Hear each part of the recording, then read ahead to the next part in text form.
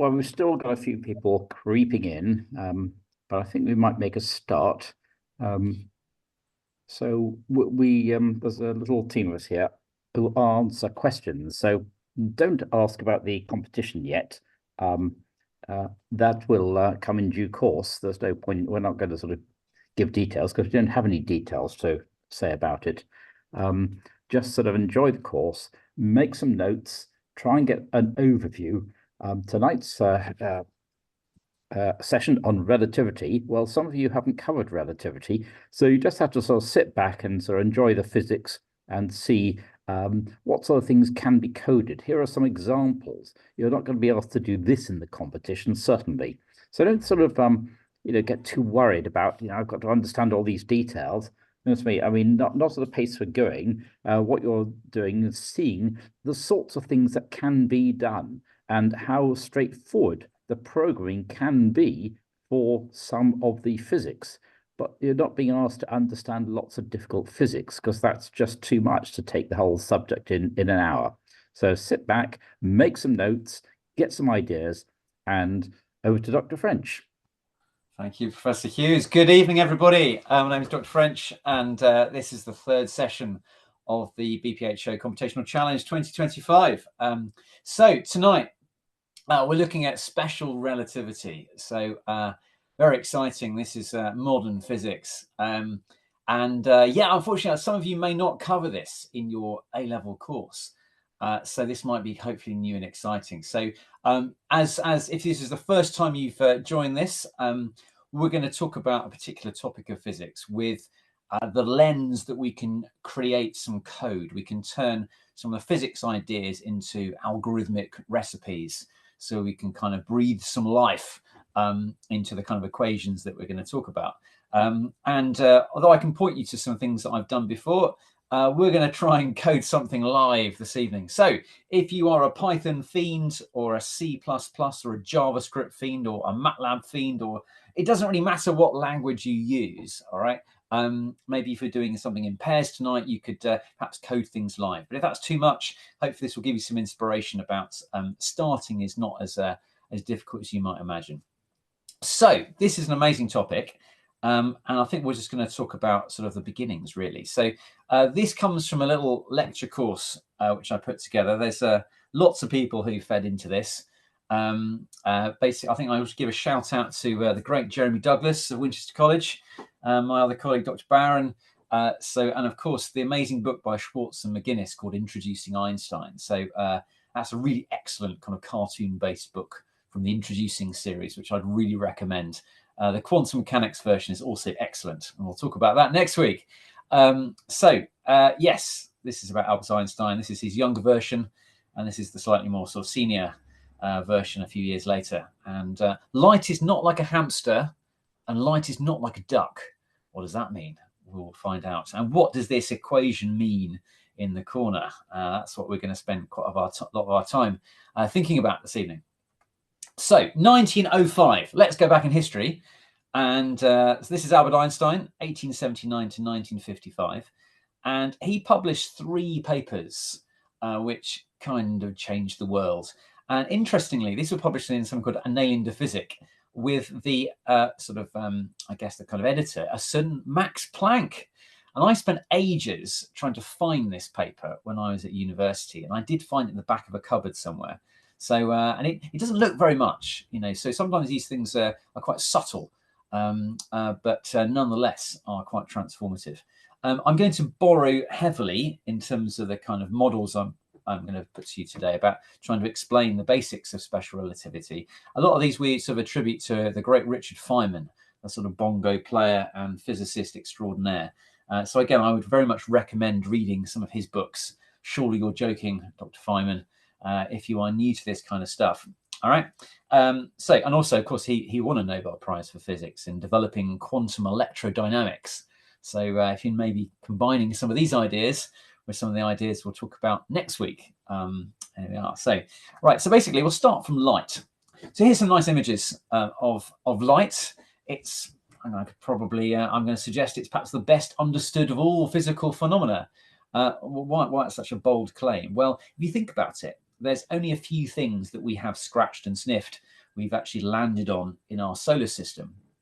Voyager 2 is just beyond our solar system, but that's about it in terms of direct physical contact with things in our neighborhood. The vast majority of information we've get about the universe is from electromagnetic radiation that's traveled sometimes for billions of years through the vacuum of space to reach us. And we can infer information about that because the spectra, so how sort of the energy in light varies with wavelength, that tells us a lot about what the light travels through and indeed how the source, mostly things like its temperature. So here's a graph at the top, which hopefully a lot of you will be familiar with, at least by the end of your physics courses. And that's called the black body spectrum, or the Planck spectrum, because most bodies that emit this, the stars, are very much not dark. They're quite bright. And so it basically says, if you were to look at the various wavelengths of light that you get from a star, for example, you will see this sort of curve of spectral irradiance, or watts per square meter per nanometer. And so watts per square meter is intensity, or power per unit area. And then if you sort of divide that up into wavelengths, that explains the unit. And so this curve, this Planck spectrum, is really interesting. We'll look at it again next week, because to explain that curve, that's where the kind of quantization of energy, of light energy into photons, E equals hf, Planck's constant times the frequency, comes from. That's the only way you can explain the shape of this curve. And it's also related to temperature. So does anyone like to hazard a guess of how the temperature of an object relates to the wavelength of the peak of this spectrum? Anyone like to put that in the chat? Some of you may have studied this, particularly those of you in the final year at school should know this. I'll give you a few seconds. Yeah, very good. I'm seeing Wien's law, that kind of stuff.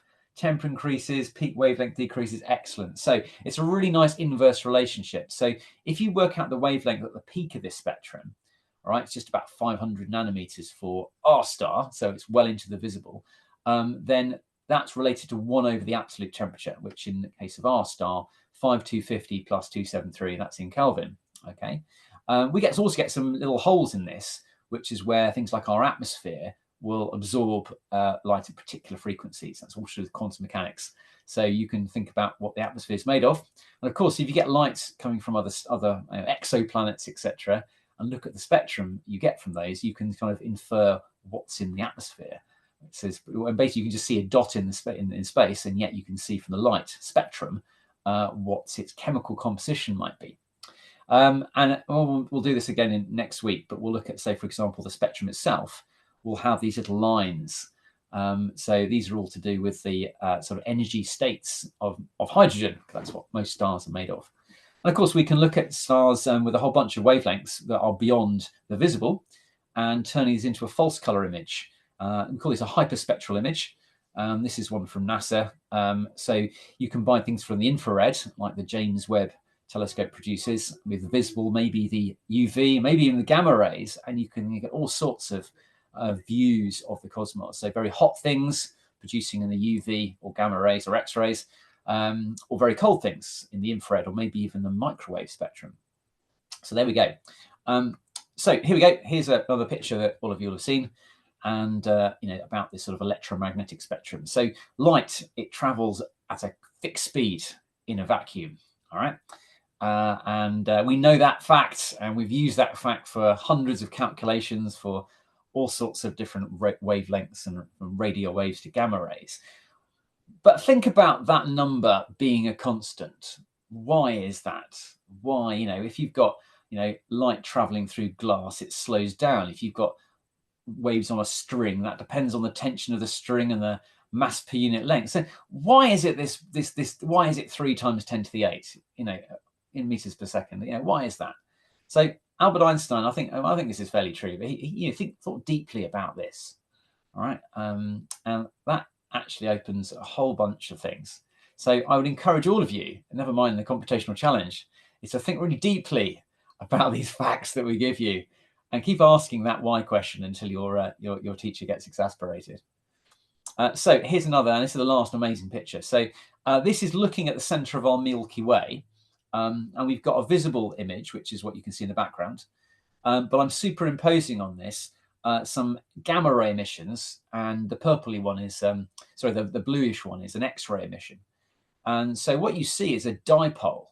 So this is the kind of radiation pattern you get from, well, like a tiny bit of metal, like your sort of, it's not quite what you get on the top of your roof in your house, but basically, a radio antenna, except the scale of this is 50,000 light years. Okay, so we get some structure. That really kind of implies at the center of our galaxy, there's something really hot producing all these high energy radiation, of course, and that leads us, in terms of modern theory, to think there is a supermassive black hole right at the center of our galaxy of maybe a few million solar masses. So we get a lot from light. So a few facts and a few people. So here we go. Here's some pioneers of light and optics. We've got Christian Huygens. All points on a wavefront are source of spherical waves. That explains diffraction, and well, pretty much everything, reflection and refraction too. We've got Thomas Young.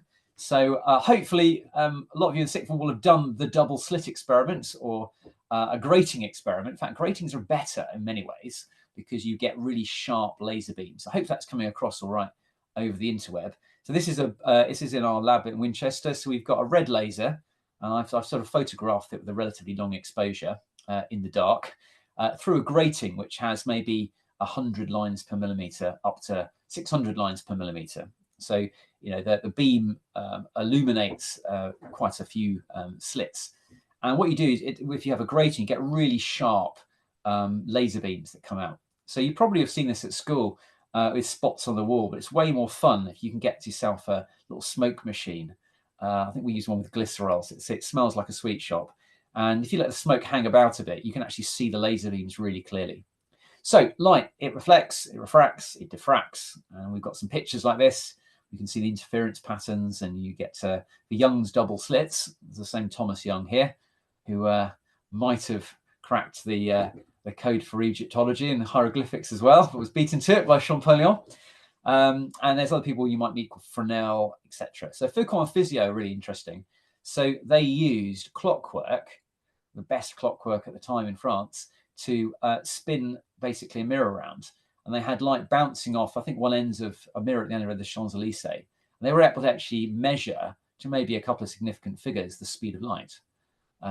So there we go. So this idea of a speed of light being about 3 × 10⁸ meters per second has been around for a long time.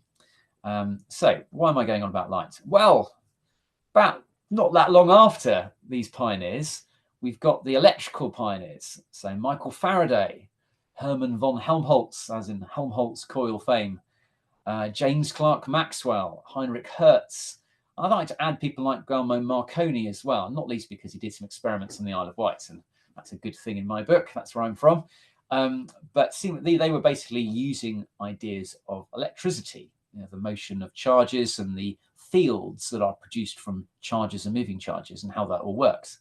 So all these people sort of work together their theory, and we're going to use sort of one of Maxwell's insights. So if you've got 2 charges, you'll get an electric field between them, where if you place another charge, then that will be the direction that a force will act. So if it's a positive charge and I stick one where my sort of sea of electric dipole is, that will move sort of from about, from the right to the left, okay, opposite for an electron.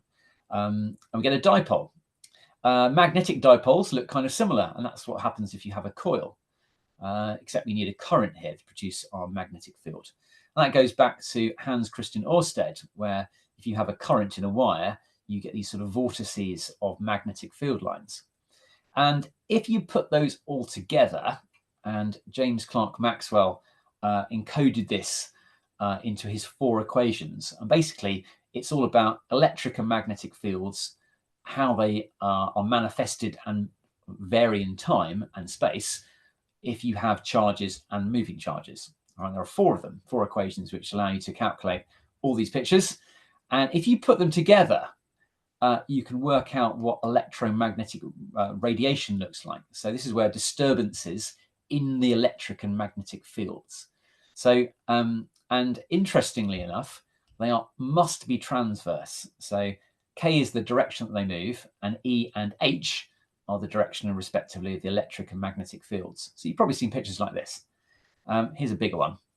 And it turns out, if you put Maxwell's equations together, you get a really interesting result. And that's the speed of waves, of electromagnetic waves in a vacuum, is 1 divided by the square root of the product of 2 constants.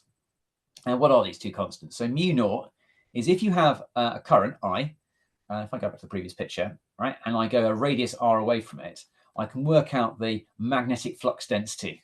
Let's call that the magnetic field for time being, B. And what turns current and distance into Tesla, that's what that constant is, mu naught. And it's not very big. It's about 4 pi times 10 to the minus 11, sorry, minus 7 in standard units-ish. Epsilon naught is very similar.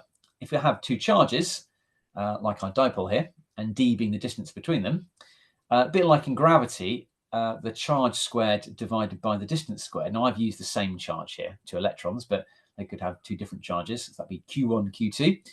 And what turns charges and distance into force is this quantity epsilon naught. Okay, it's called the permittivity of free space. So these forces are related to electric and magnetic fields. You put them together and you get the speed of light. So this is quite cool. This is revelatory. But if you look at this very carefully, there's nothing there which says anything about the speed of the source of these waves.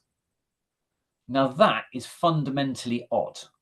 So if I was to sort of, run towards you very fast, okay, and throw a tennis ball at you at, say, 5 meters a second, then obviously the speed the tennis ball would arrive at you would start, because obviously we'd have air resistance, etc. But you would see it leave my hand at 5 meters per second plus the speed of the ball. If I ran away from you at 2 meters per second, you'd have to take that away from the ball speed, etc. Yeah.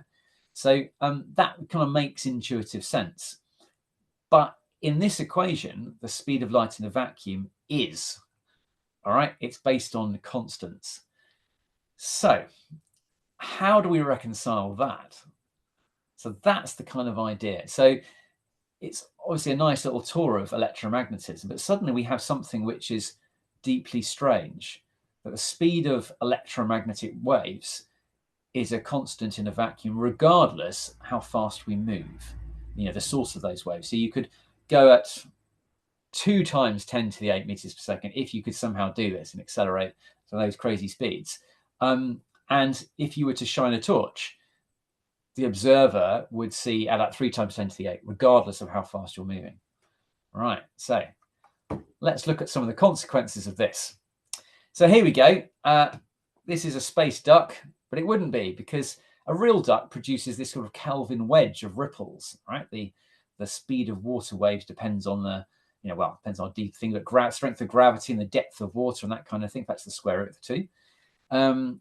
So, sound waves, surface waves, the medium itself matters. In this case, water molecules or air. All right. So they have a characteristic speed, which depends on things like density, or if you've got a solid, the kind of stiffness of the bonds. So if for an EM wave, what is vibrating? And of course, in the kind of century ago, physicists just made something up and they called it the luminiferous ether. But that's nonsense. It doesn't exist. Okay. So there we go. So this is how you would do it. Now, this looks a bit complicated. Apologies. Let me just explain briefly what this means. So this is a Michelson and Morley, right, 2 Americans with fantastic collars.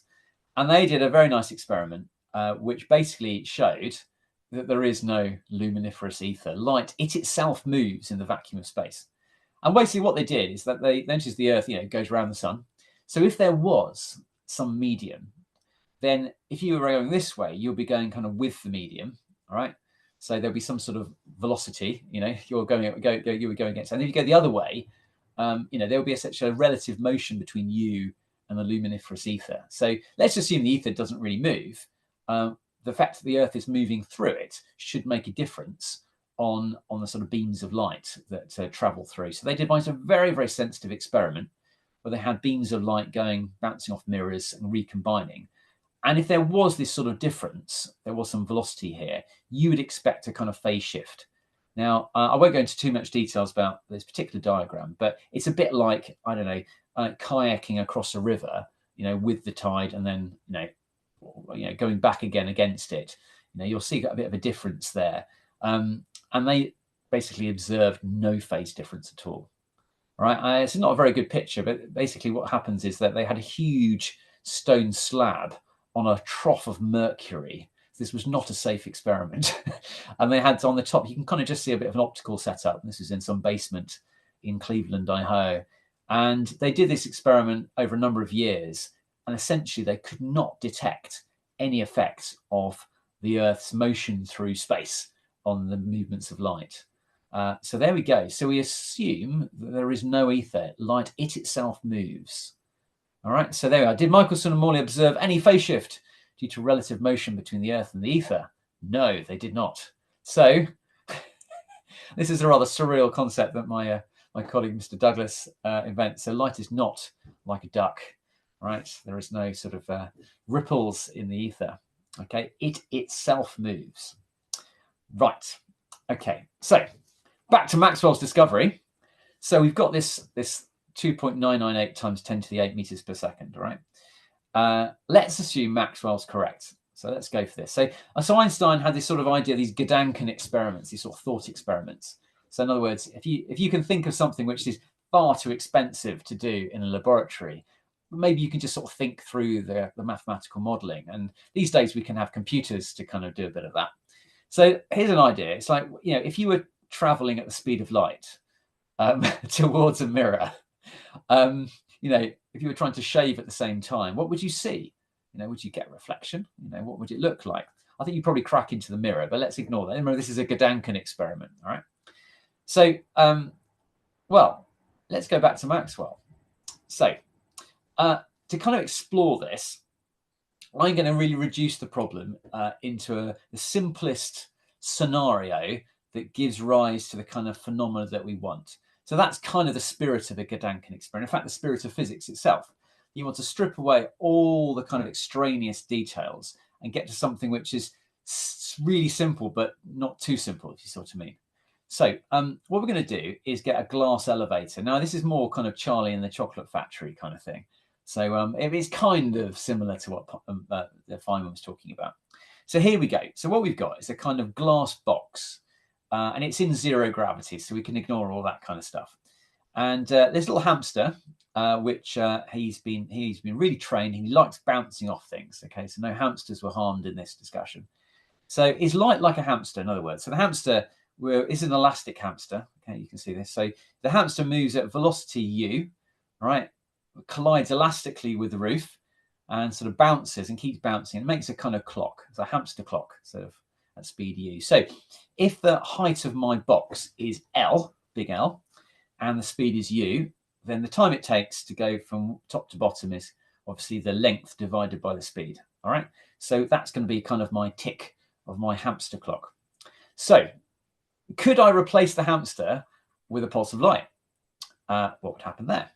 Well, yeah, obviously I can make a little sort of click. So let's have a look at the hamster clock, if you like, from a different perspective.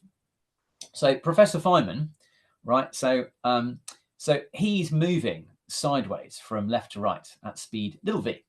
Okay. And remember, this is a glass elevator. We don't have to worry about refraction and all that kind of stuff. It's a special elevator, very thin. And this is what Professor Feynman would see. So he's moving, and essentially he'll basically see, well, I suppose I think it's probably, I think maybe in terms of the diagram, he's stationary, and the glass elevators moving from left to right. Let's keep it simple. So what Professor Feynman sees is a sort of translation. So if he's just looking at the hamster, as the hamster goes from the top to the bottom, because my glass elevator is moving, my hamster is going from the top of the roof to the bottom along a diagonal line. Okay, so in delta t seconds, L over U, the hamster's gone from the top to the bottom. And in that time, the elevator has moved a distance v delta t. I hope you can see that. All right. So we've got a right angled triangle here from Professor Feynman's perspective of height L, and the base of my triangle is v delta t. Okay. Before I carry on, have we got any questions before we're going to do something with this? No, seems all right. Fantastic. By the way, all these slides are available, but if you are going to take some notes, drawing this is probably a good start. We're not going to get too quick on the maths, but this is the kind of guts of it. So now, what we want to look at, given we're minded about speeds of things, okay, remember we're going to replace my hamster with a light pulse in a minute. Let's find out the speed of the hamster as seen by Professor Feynman. So that's going to be the hypotenuse of my triangle, all right, divided by the time it takes to get from there to there. Now, you're thinking, clearly time, obviously, ticks at the same speed, same rate everywhere. That's kind of obvious because, you know, that would be weird if it didn't. All right, we're going with sort of, you know, a good history back into Galileo here. So let's work it out. So what is d? Well, we can do some Pythagoras. So L squared plus V squared delta T squared square rooted. And let's have a look at that. Substitute for delta T, which is L over U. That's the thing I'm circling at the moment. And we're all good mathematicians, so let's see if we can factorize something. So if we take L squared out of that, we've got L times this square root. Now that square root is clearly bigger than 1 because it's 1 plus the ratio of the sort of sideways speed V to the hamster speed U. All right, so there's no way that that can be less than 1. None of those things are negatives, V squareds. So let's go and work out the hamster speed. We can divide that by delta T. And if we substitute again for delta T is L over U, we've got du over L. So there we are. And if we substitute for D, we've got U root 1 plus V squared over U squared. All right, so it might just work a couple of seconds checking that substitution. So I've got rid of L here. I've got rid of the time.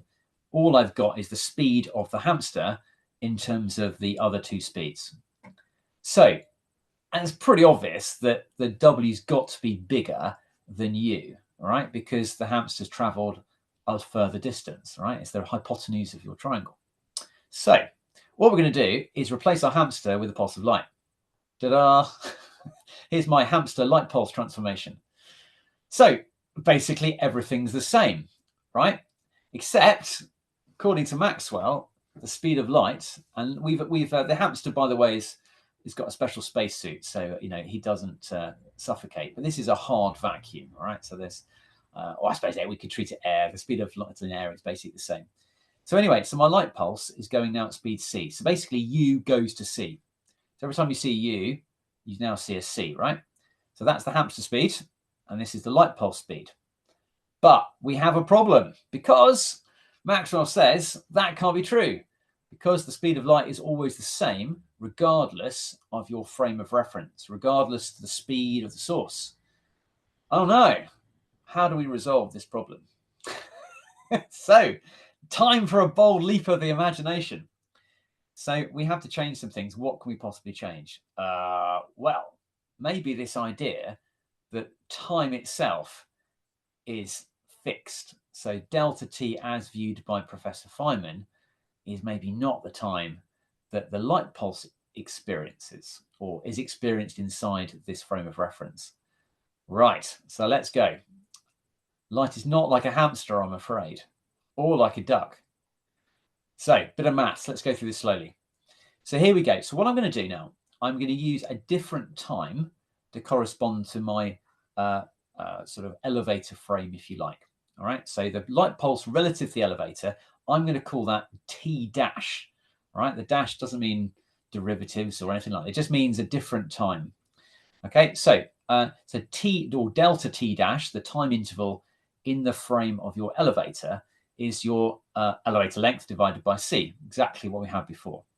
Okay, now in Professor Feynman's frame, we've got delta t. That's a different time. Okay, so what we can do is we can look at that speed in Professor Feynman's frame, but using his time.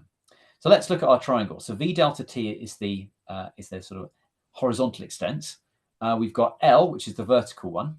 All right, and so you know the thing is moving in the direction of this one. So we would not expect that distance to be different, sort of in a tangential, in a sort of perpendicular sense. More about that later.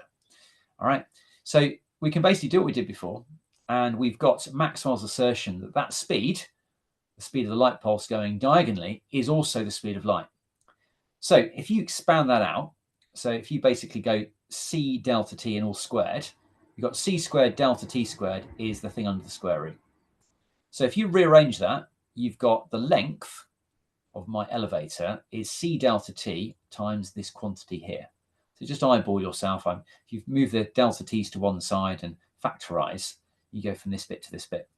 Now, we've got our length is c delta t dashed, right? Remember in our dashed frame. So that's going to be the time interval times the speed is also the length.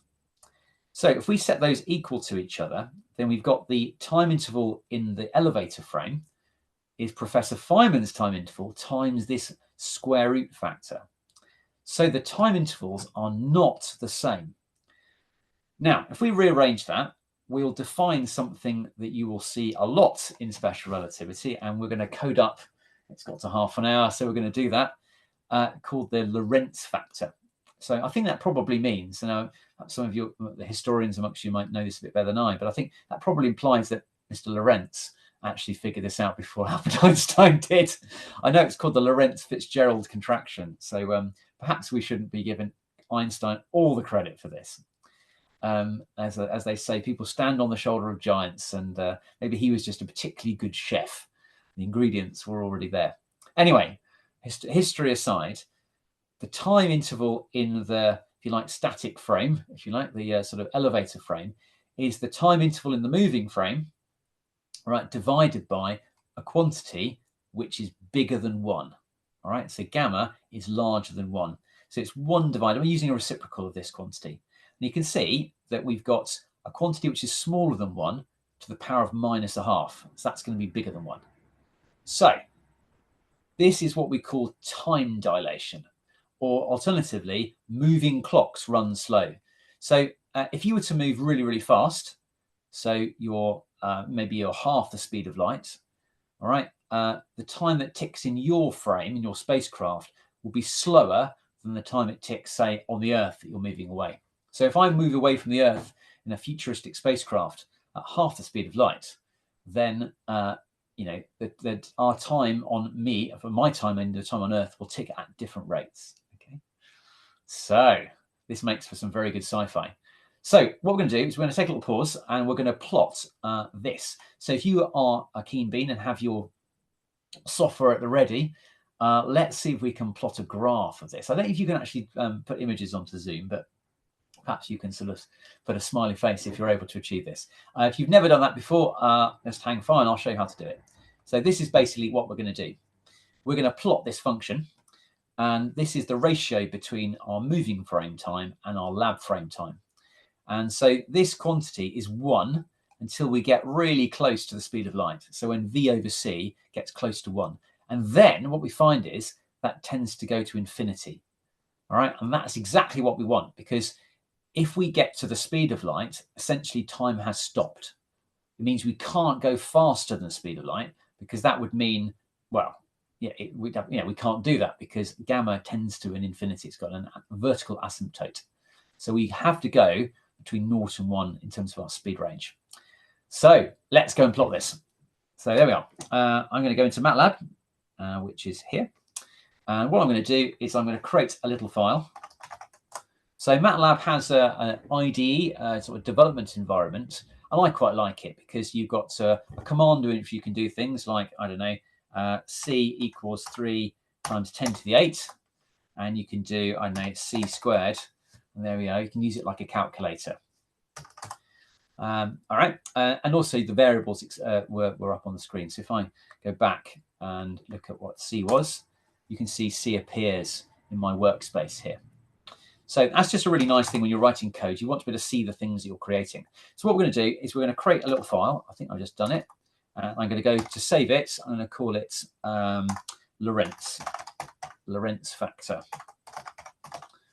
Okay. All right, and I'm going to put some commentary to do what we're doing. So this is going to be plot plot of the Lorentz. Let's give that titles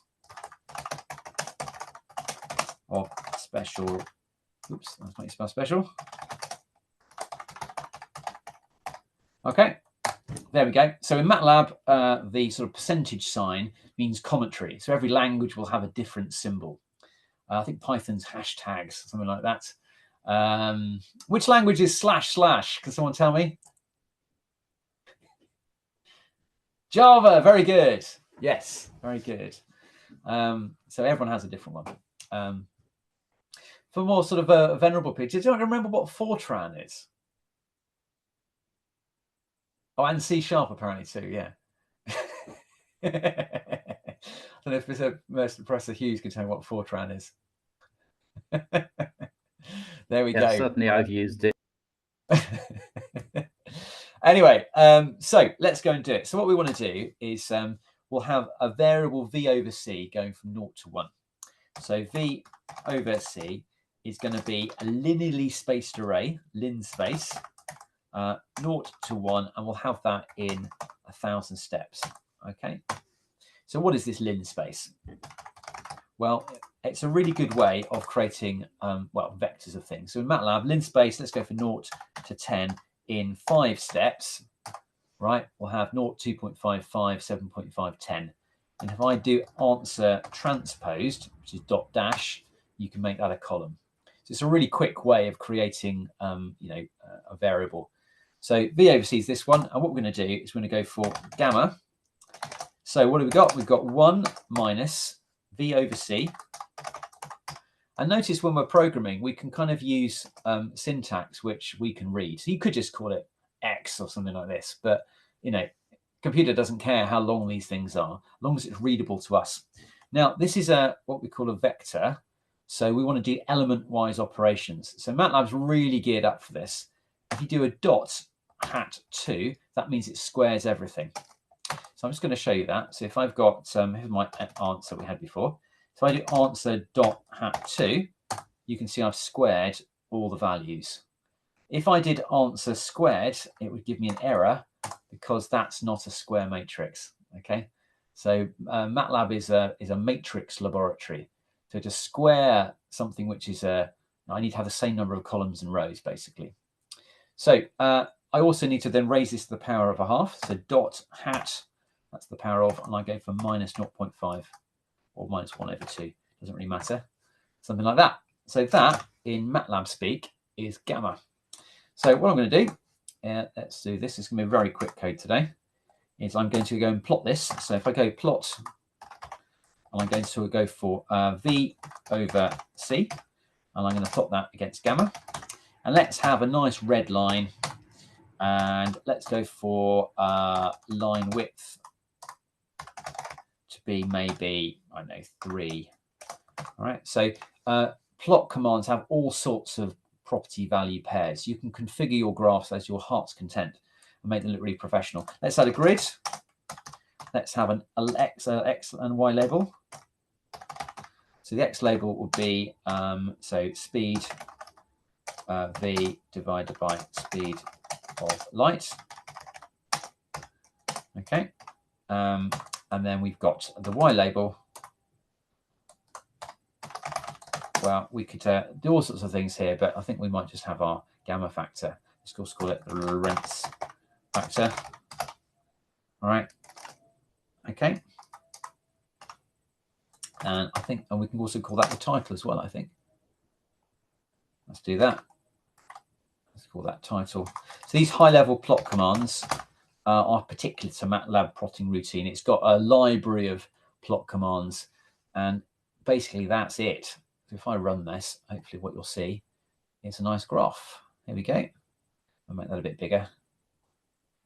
All right. So we might think, well, that's rather a large asymptote. So maybe let's go for 0.99 or something like that, rather than at 1. Because obviously the last one will be an infinite value. There we go. It's a bit nicer. So you can play around with this. We've got our Lorentz factor. So that's what it produces, this sort of figure window, which you can drag around. You know, you can make enormous. Here we go. But perhaps what a nice thing to do would be able to print it out so you can stick it in a document. So what I would probably do is I'd define a font size. So f size equals maybe 18 point. And after my plot command, I'd say go to set get current axes. So GCA is the sort of postal code. So if I just run this, actually, I'll show what you mean. So if I save that one and run it, and if I go for get current axis, so GCA first, that will give me properties in my axes. If I go to get GCA, that will give me all sorts of things. So there's a long list of properties, and there's huge numbers like, you know, the font size, the sort of camera target, all manner of things. And you can configure all of these if you want. All right. The defaults are quite good, but if you want to fiddle with something, you can do it yourself. So if you came last week, we changed the X data and Y data properties to animate our orbits. So what I can do is we'll have, so what we'll do is we'll print this. So we'll go for, set get current axes, and we'll go for font size, and we'll call that F size like this. All right, and that will make the font size a bit larger. And then what we'll do is we'll print the thing to a PNG file. So print get current figure. So that's the figure itself. The axes is a child of that figure. So they have a separate postal code. And we're going to basically go for, so we define the print option. We'll call it, give it a name like Lorentz .png. And we'll tell it's a PNG file, DPNG, and maybe 300 dots per inch. So this sort of voodoo, this sort of syntax basically sets the parameters of the print function. 300 dots per inch is usually good enough. 600 if you're feeling really flash for any sort of printing. And a PNG file. Does anyone want to tell me what a PNG file is? What's special about that?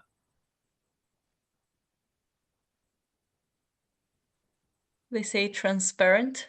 Yeah, it's good. It doesn't have vector properties, I'm afraid, but it is not. It's compressed, but it's not. It's lossless. So a JPEG, which you have in photography often, actually it's very sort of small files, but they will actually lose some information. For things like titles, you don't want any sort of like blurriness. So a PNG file is what you want to do to save data, particularly with sort of very precise lines. So if we go and run that, we should have a nice picture. And hopefully, so I can see Lorenz.png. If I open that outside MATLAB, drag it into the window, you can see something that's, the sort of thing you can paste into a document. So a really good idea, is to sort of use a programming language to create the plots and the graphs of the things you're doing. And even in a simple way, if you've met a new equation, make a little plotter like this and sort of see what it looks like. So there we go. I think it's going to be quite a quick bit of programming tonight, because we've got a few things I'd like to talk about. So before we move on, are there any sort of programming questions that we've got, or any other physics stuff? No, not right now.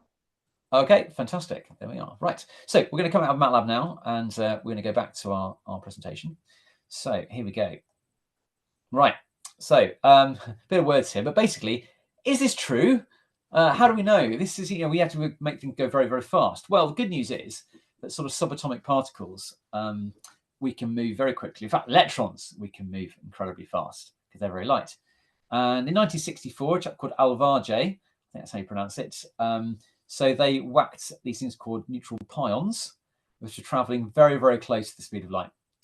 And yes, they produced photons which were indeed moving at the speed of light. So Philippus and Fox did something very similar. So basically, every single time a very, very careful experiment has been done, special relativity seems to work. Fantastic. So is that the only game in town? So there we go. I was going to move that onto this one. Okay, so right, so let's go and have a little look at, let's do a little worked example. So this is Alpha Centauri. That's our kind of nearest star apart from the sun. So let's assume we can go on a little journey. Let's assume we've got something that goes 4/5 the speed of light. Let's assume we can do that, maybe a solar sail. So from the Earth's perspective, if we go to Alpha Centauri, so it's 4 light years away at 4/5 the speed of light, then it's going to take us 11 years to go there and back. Why 11?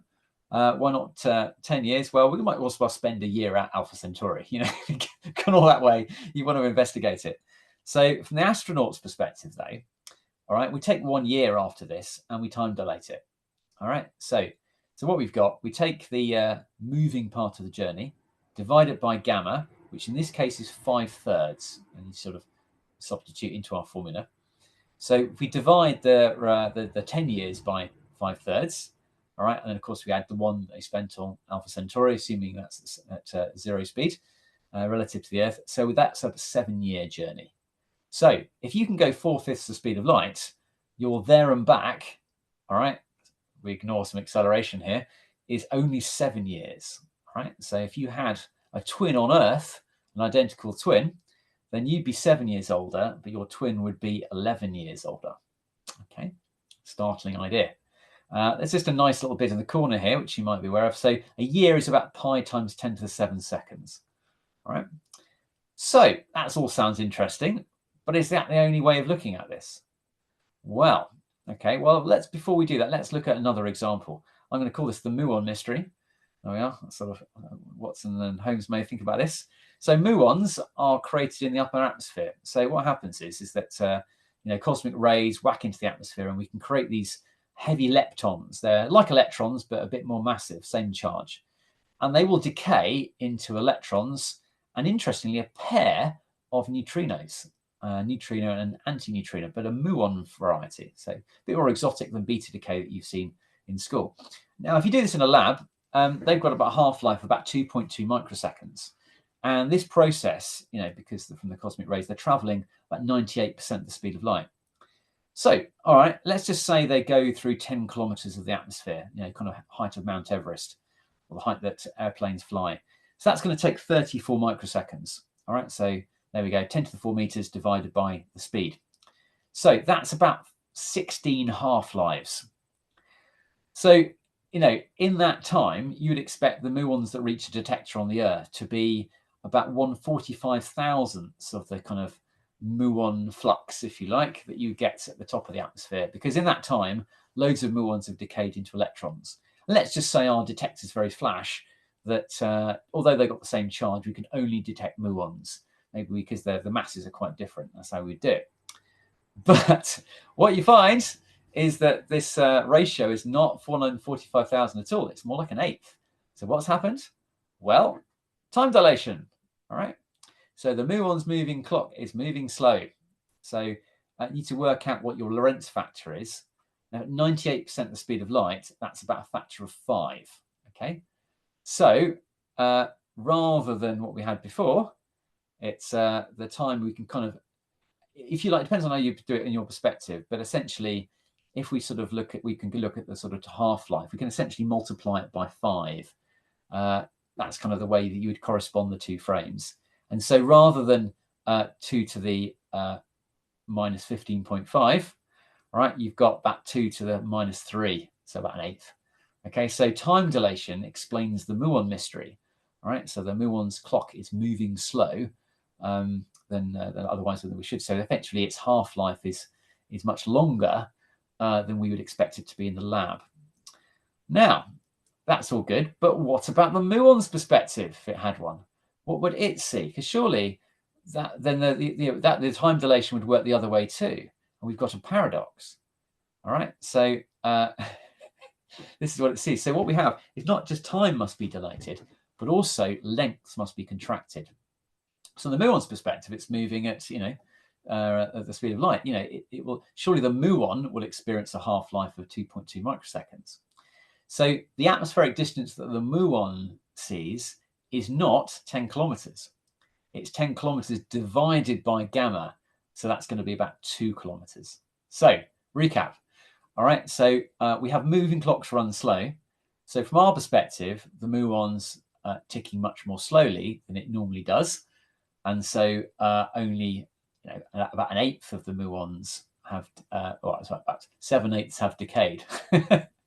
From the muon's perspective, it doesn't travel through 10 kilometers. It travels through 2. Okay, so we've got something also, we must have a length contraction. So I think what we'll do, there are actually 3 parts to special relativity. length contraction, time dilation, and something called loss of simultaneity. I probably don't have time to do the third one. So if you're interested in what that means, you can have a look at these slides and build yourself a simulation. They are all put together. There's something called the Lorentz transform. All right, those three effects. But we might have a look at the length contraction because it's quite fun. Anyway, it's a little the poem there. I think I've got no time to read this, but so this comes from David Morin's amazing book of classical mechanics. So we're going to go back to the glass elevator, and but in this case, we're going to shine a torch sort of from left to right. Okay, it's going to bounce off a mirror. So we're going to have a light pulse coming from this end, and it's going to bounce off the mirror and come back. And our there and back time, remember this is the moving frame. Okay, it's the same concept we had before, is 2L over C. That's my time measured in this frame. Now, Professor Weimann, okay, is looking at my moving elevator, and we've kind of got this idea that Professor Feynman's not going to see the length to be the same. All right, so the length that he sees, the length of the moving object, is going to be contracted. So it's a bit like the muons looking at the atmosphere coming towards it. They're going to experience that to be contracted compared to if they were moving, well, not moving, moving at a very low speed. So we're going to have a different label for the width of my elevator. Now, this is a slightly tricky bit, and I like to think this is my little improvement to this one. This one step is never done in books. They kind of assume it. So hopefully this will make a bit more sense. So what you do is you want to work out the total distance traveled by the light according to Professor Feynman. So what you've got is it will go the length of my, the width of my elevator, but also the mirror has moved because it's moving at speed v. So in the time it takes to go from my torch to my mirror, delta t source to mirror, all right, it's got a bit of extra distance that it's traveled, all right? So this is how we can work it out. So c times the total time, so that's the total distance it travels, times this, it's the speed times, it's the total distance here, is L plus v delta t Sm. So if you rearrange that, you've got the length divided by the kind of relative velocity. And this also cropped up in the interferometer slide a few earlier, if you looked at that. So you can do the same going back the other way from the mirror to the torch. It's the same except the sign is now changed. So here we go. We've got the time from the torch to the mirror, and then the time from the mirror back to the torch. All right. So that's what Professor Feynman sees. And we want to relate that to the one that if you were to say sitting in the elevator, all right, which would be this one. Right, bit of math time. Okay, so if we work out the total there and back time, we need to add those two. And this is adding fractions. So you multiply this one by 1, and this one by 1. In this case, it's c plus v over c plus v, etc. And if you put that to sort of cancel things out, expand it out, what you do is Professor Feynman's delta t is 2 times L gamma squared over C. All right, you can work that through. So we can then use the time dilation result. So delta T dashed is 2L over C. So remember, that's what you see inside the frame. Okay, so you can basically relate those two things together. All right, and so what you've got the time dilation result, which is delta T dash is delta T over gamma. And delta T dash is also 2L over C. Put that together and you get this result. So a gamma cancels and you end up with the length, or the width, should I say, of my elevator is the length as measured in the elevator itself divided by my Lorentz factor. So it looks very similar to time dilation. So in summary, moving clocks run slow and lengths contract. And so you could use the same Lorentz factor that we coded up a little bit earlier to work out how small things would become as you get faster. So there we go. And I think I'm going to stop there because I think that's probably two profound ideas that we ought to let settle in your mind. So I'll field any questions, I think, and then I think we'll call it a day once we've reached the end of those. So thanks for coming. Nina, do we have any questions in the Q&A? No, all good. Fantastic. Well, in that case, I hope that was fun. If you want to find out what happens next, download the presentation. I think there's a link in the chat. If I just come out of this, I should have, I think, my website up on this one. Yep, it's so there we go. That's the physics page of the lexicon. You click on notes, you get, that's the Olympiad page.